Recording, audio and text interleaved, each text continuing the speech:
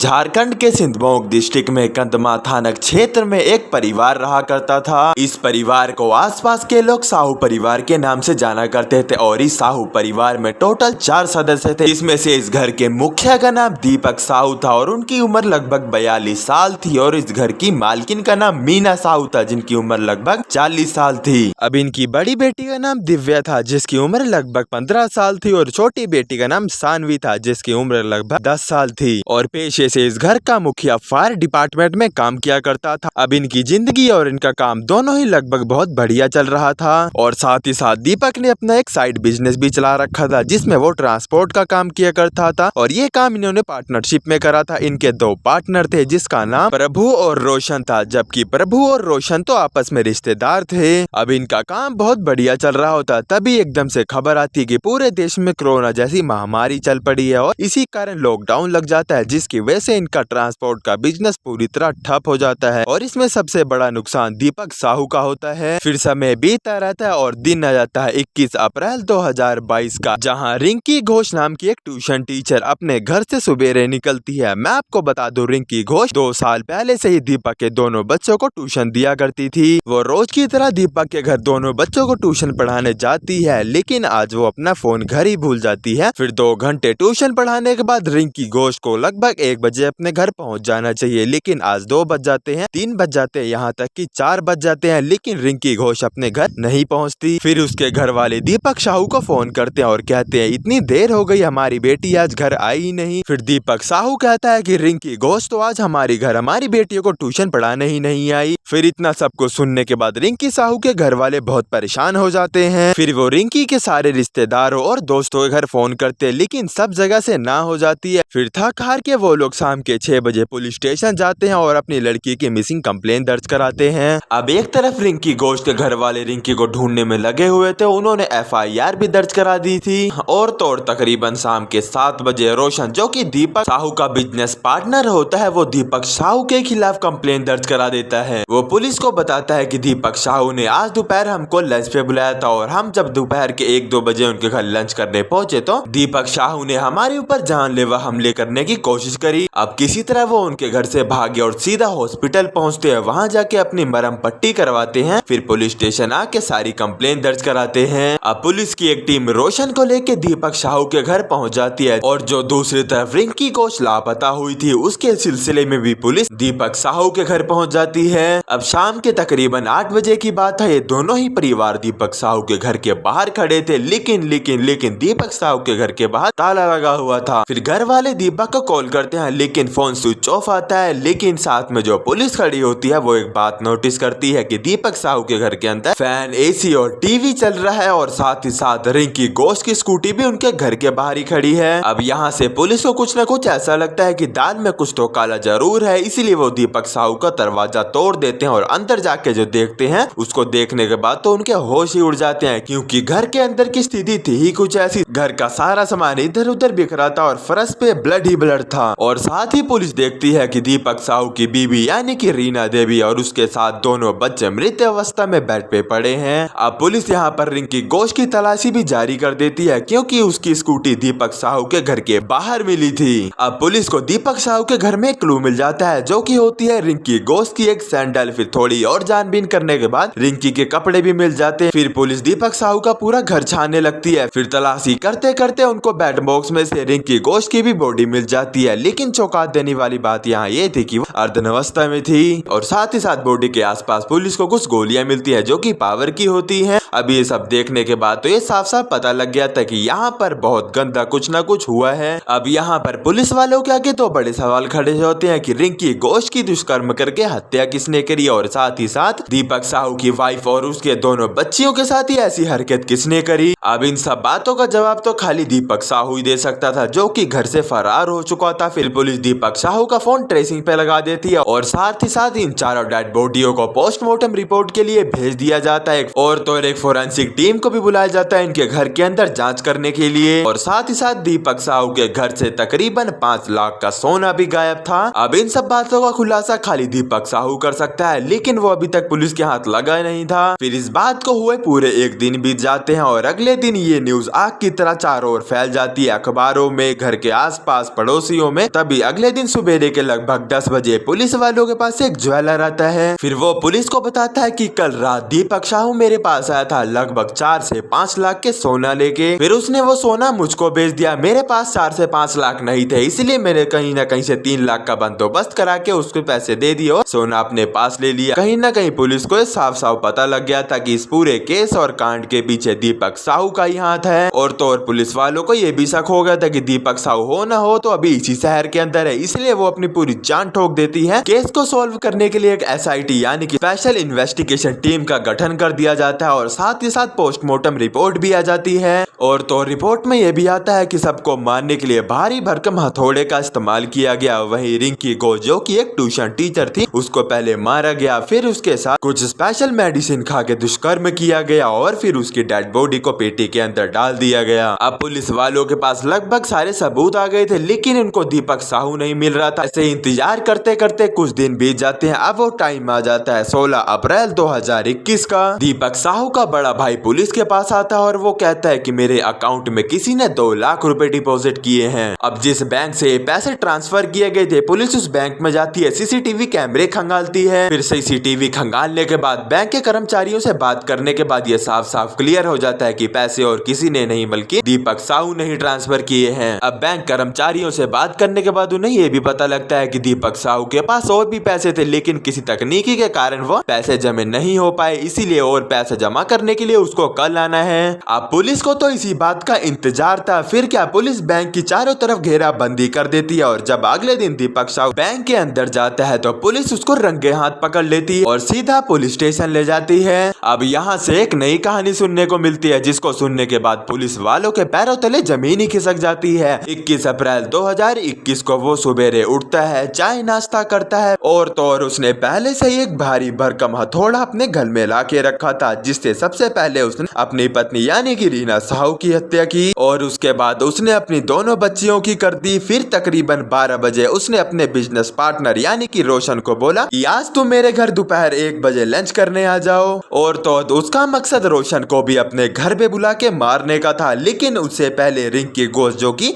एक tuition teacher थी वो उनके घर आ जाती है और वो दीपक साहू के घर में सब देख के डर जाती है। 3 डेड बॉडियां। फिर दीपक साहू रिंकी घोष को डराने धमकाने लग जाता है, लेकिन रिंकी घोष यहाँ नहीं मानती और वो चीखने चिल्लाने लग जाती है। फिर दीपक साहू उसके सिर पे भी वही भारी हथौड़ा मार देता है, जिसकी वजह से रिंकी घोष की भी वहीं ऑन द स्पॉट हो जाती है। फिर रिंकी घोष की करने के बाद दीपक साहू उसकी बॉडी को बेड पे ठिकाने लगाने जा ही रहा होता है, तभी इसकी नीयत खराब हो जाती है और वो उसके साथ दुष्कर्म करने लग जाता है और दुष्कर्म करने के बाद वो उसकी बॉडी को बेड बॉक्स में छिपा देता है। फिर साथ ही साथ वो अपने बिजनेस पार्टनर यानी कि रोशन को कॉल करता है और उसको तकरीबन 2 से 3 बजे अपने घर लंच पे बुलाता है। अब यहाँ पर रोशन दीपक साहू के घर लंच करने के लिए अकेला नहीं जाता, बल्कि वो अपना फैमिली यानी कि बीबी और बच्चे लेके जाता है। और जैसे ही वो लंच करने के लिए दीपक साहू के घर पहुंचता है, फिर दीपक साहू उनको घर के अंदर बुलाता है और कुछ देर बाद उसी हथौड़े से रोशन और उसकी फैमिली पे अटैक करने लग जाता है। फिर उन दोनों के बीच बहुत हाथापाई होती है, लेकिन रोशन कैसे न कैसे करके अपनी और अपनी फैमिली की जान बचा लेता है और सीधा वहां से निकल के अस्पताल जाता है। वहां जाके अपनी मरहम पट्टी कराता है और शाम होते होते पुलिस स्टेशन जाके दीपक साहू के नाम पे कंप्लेन दर्ज करा देता है। लेकिन पुलिस ने जो सवाल दीपक साहू से पूछा था उसका जवाब पुलिस को अभी भी नहीं मिला कि तुमने अपनी पत्नी और अपने परिवार की क्यों करी और तुम रोशन को क्यों करना चाहते थे। अब सख्ती से पूछताछ करने के बाद दीपक साहू सारी जानकारी पुलिस वालों को दे देता है। वो कहता है कि मेरी फायर डिपार्टमेंट में काफी अच्छी जॉब लगी थी और साथ ही साथ मेरी दोनों बच्चियां भी बड़ी हो रही थी। उनके पढ़ाई के खर्चे के लिए मैंने एक साइड बिजनेस चालू करने को सोचा जो कि था ट्रांसपोर्ट का। फिर मैंने अपने दोस्त रोशन से बात करी। फिर रोशन ने मुझको अपने भाई के बारे में बताया जिसका नाम प्रभु था और उसके पास पहले से ही 3-4 ट्रक थे। फिर ट्रांसपोर्ट का बिजनेस चालू करने के लिए दीपक साहू प्रभु से एक ट्रक खरीदता है जिसकी कीमत लगभग 5 लाख रुपए थी और ये सब खरीदने के लिए उसने अपने गांव की पुश्तैनी जमीन तक बेच दी। लेकिन तभी भी उसको ट्रक खरीदने के लिए 2 लाख कम पड़ रहे थे। फिर उसने अपने बड़े भाई से 2 लाख रुपए मांगे और 5 लाख पूरे करके कैसे न कैसे वो ट्रक खरीद लिया। लेकिन ट्रक खरीदने के 2 महीने बाद उसको ये पता लगता है कि ट्रक पे तो पहले से ही 4 लाख का टैक्स पेंडिंग है। फिर कैसे कैसे करके दीपक साहू अपने ट्रांसपोर्ट के बिजनेस को आगे बढ़ाता है और वो इसकी सारी जिम्मेदारी अपने दोस्त रोशन को दे देता है। फिर ट्रांसपोर्ट की सारी जिम्मेदारी रोशन के ऊपर आ जाती है और सारा लेन देन रोशन किया करता था था और सारे पैसे कमा के दीपक साहू को दिया करता था। और इसी बीच दुनिया में बहुत भयंकर महामारी फैलने लग जाती है जिसका नाम कोविड था। और इसी चलते दीपक के ट्रांसपोर्ट बिजनेस में उसको बहुत बड़ा लॉस होता है, जिसका कारण रोशन होता है, क्योंकि रोशन दीपक के ट्रांसपोर्ट के पैसे बीच में ही घपला कर देता था। अब यहाँ पर दीपक साहू को दो बड़े झटके लगते हैं, एक तो जब उसने ट्रक खरीदा था तब, और एक कोविड आने के बाद। और तो और इससे दीपक साहू का बहुत बड़ा नुकसान भी हो जाता है। और इसी कारण के चलते दीपक की जो पुश्तैनी जमीन बिकी थी उसके सारे पैसे भी बर्बाद हो जाते हैं। अब दीपक साहू को कहीं न कहीं ये लगने लग जाता है कि उसकी बर्बादी के पीछे उसके दोस्त रोशन और प्रभु का हाथ है, इसीलिए वो उन दोनों को मारने के लिए पीछे पड़ जाता है। अब उसका प्लान मेनली ये था कि वो शाम को 7 बजे रोशन को अपने घर डिनर पे बुलाएगा और वहीं से उसकी कर देगा, और अगले दिन वो प्रभु के घर जाएगा और उसकी भी कर देगा। और तो और उसको ये भी पता था कि दो हत्या करने के बाद वो कहीं न कहीं से तो पकड़ा जरूर जाएगा और वो पूरी तरह से बर्बाद हो जाएगा। और उसके बाद उसके फैमिली का क्या होगा, इसलिए वो सबसे पहले अपनी फैमिली की ही कर देता है ताकि आगे जाके उनको कोई दिक्कत परेशानी ना हो। मतलब यार ये कैसा जमाना आ गया है, पति अपनी पत्नी और पूरी फैमिली की ही कर देता है ताकि आगे जाके उनको कोई दिक्कत ना। ये कैसी बात हुई। अब यहाँ पर दीपक खुद तो डूबा ही डूबा, साथ अपनी फैमिली को भी ले डूबा। अब सबसे पहले अपने परिवार से स्टार्ट करता है, अपनी बीबी और अपनी दोनों बच्चियों की। और देखते ही देखते इनकी ट्यूशन टीचर भी वहाँ आ जाती है और मजबूरन यहाँ पर उसकी भी करनी पड़ती है। अब देखा जाए तो रिंकी घोष की यहाँ कोई गलती नहीं थी, वो बेमतलब में मारी गई। अब पुलिस दीपक को सलाखों के पीछे डाल देती है और कोर्ट में भी इसके ऊपर 4 खून करने का आरोप लगाया जाता है और फांसी की सजा भी दे देते हैं। और अगर आप वीडियो को यहाँ तक देखते देखते आ ही गए हो तो छोटा सा सब्सक्राइब करने में क्या ही जाता है, तो फटाफट से वीडियो को लाइक, कमेंट और शेयर कर दो। और अगर चैनल पे नए आए हो तो वेलकम और सब्सक्राइब भी कर देना।